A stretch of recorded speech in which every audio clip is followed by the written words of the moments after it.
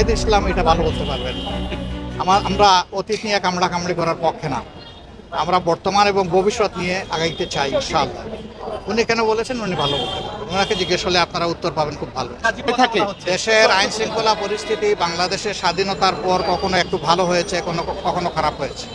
খুব ভালো কখনো ছিল, খুব ভালো কখনো হবে না যতক্ষণ পর্যন্ত রাজনৈতিক নেতৃবৃন্দের সিদ্ধান্ত সঠিক না হবে। ওই সিদ্ধান্ত যখন সঠিক হবে, সততা স্বচ্ছতার ভিত্তিতে যখন হবে, তখন পরিস্থিতির শুধু আইন শৃঙ্খলা নয়, সব কিছুরই উন্নতি সাধন হবে। এর সাথে সব কিছু রিলেটেড।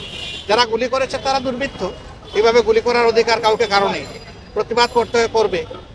আমরা কোনো ধরনের বিশৃঙ্খল পরিস্থিতিকে কখনো সমর্থন করি না এবং করবো না। এখন যে পরিস্থিতি চলছে সেটাকে আসলে কিভাবে দেখছেন? এখন যে পুরো ডেভিল হান্ট সম্পর্কে আমার 3টা স্ট্যাটাস যদি আপনারা দেখেন তাইলে উত্তর পেয়ে যাবেন। আর ডেভিল হান্ট যেটা রিয়েলি ডেভিল তো আছেই সমাজে, সেই ডেভিল হান্ট যদি হয় 18 কোটি মানুষ সশস্ত্র বাহিনী সহ যারা যৌথ বাহিনীর এই অভিযান পরিচালনা করবেন তাদের জন্য দোয়া করবে এবং তাদের সাথে থাকবে। সত্যিকারের ডেভিলটা যদি হান্ট হয়। এখন তো নির্বাচন ডিক্লেয়ার হয় নাই, কিন্তু সিলেটে 19টা আসনে প্রার্থী দেওয়া হয়েছে, এত করে জামাত কি নিতে চাচ্ছে মানুষ? আমরা অফিসিয়ালি এখনো কোনো প্রার্থী ঘোষণা করি নাই। এটা আমাদের প্রাথমিক সিলেকশন।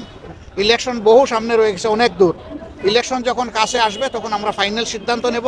তখন যাদেরকে বিভিন্ন আসনে নমিনি হিসেবে দেওয়া হবে বা ক্যান্ডিডেট হিসেবে দেওয়া হবে তারাই ক্যান্ডিডেট।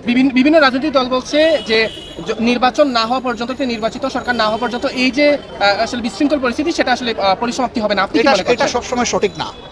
নির্বাচিত সরকার বলেই তো যারা 15 বছর ছিলেন তারাই তো এই দেশের এই অবস্থা বাজিয়েছেন। তো সরকার নির্বাচিত হলে গেলেই যে ভালো সরকার হবে এটা বলা যাবে না। আমি আগেই বলেছি যে ভালো সরকার হতে হলে ভালো মানুষের দ্বারা সরকার গঠিত হতে হবে। এই জন্য অতীত যার ভালো, বর্তমান যার ভালো, আশা করা যায় ভবিষ্যৎ তার ভালো। এখন নির্বাচনের পরিস্থিতির সৃষ্টি হচ্ছে কিনা আপনি কি মনে করছেন? নির্বাচন তো আমরা সবাই চাই, পরিস্থিতি সৃষ্টি তো করতেই হবে। তবে এর আগে আমরা দুটো জিনিস চেয়েছি। একটা হচ্ছে কিছু বেসিক রিফর্ম বা সংস্কার, মৌলিক কিছু সংস্কার করতে হবে, না করলে সুষ্ঠু নির্বাচন করা সম্ভব না। এই অবস্থায় যদি একটা নির্বাচন দেওয়া হয়, এটা নির্বাচনের জেনোসাইড, নির্বাচন গণহত্যা হবে। আমরা এটা চাই না। আমরা চাই গণহত্যার পরে একটা সুষ্ঠু নির্বাচনের পরিবেশ সৃষ্টি করে তারপরে নির্বাচন দেওয়া।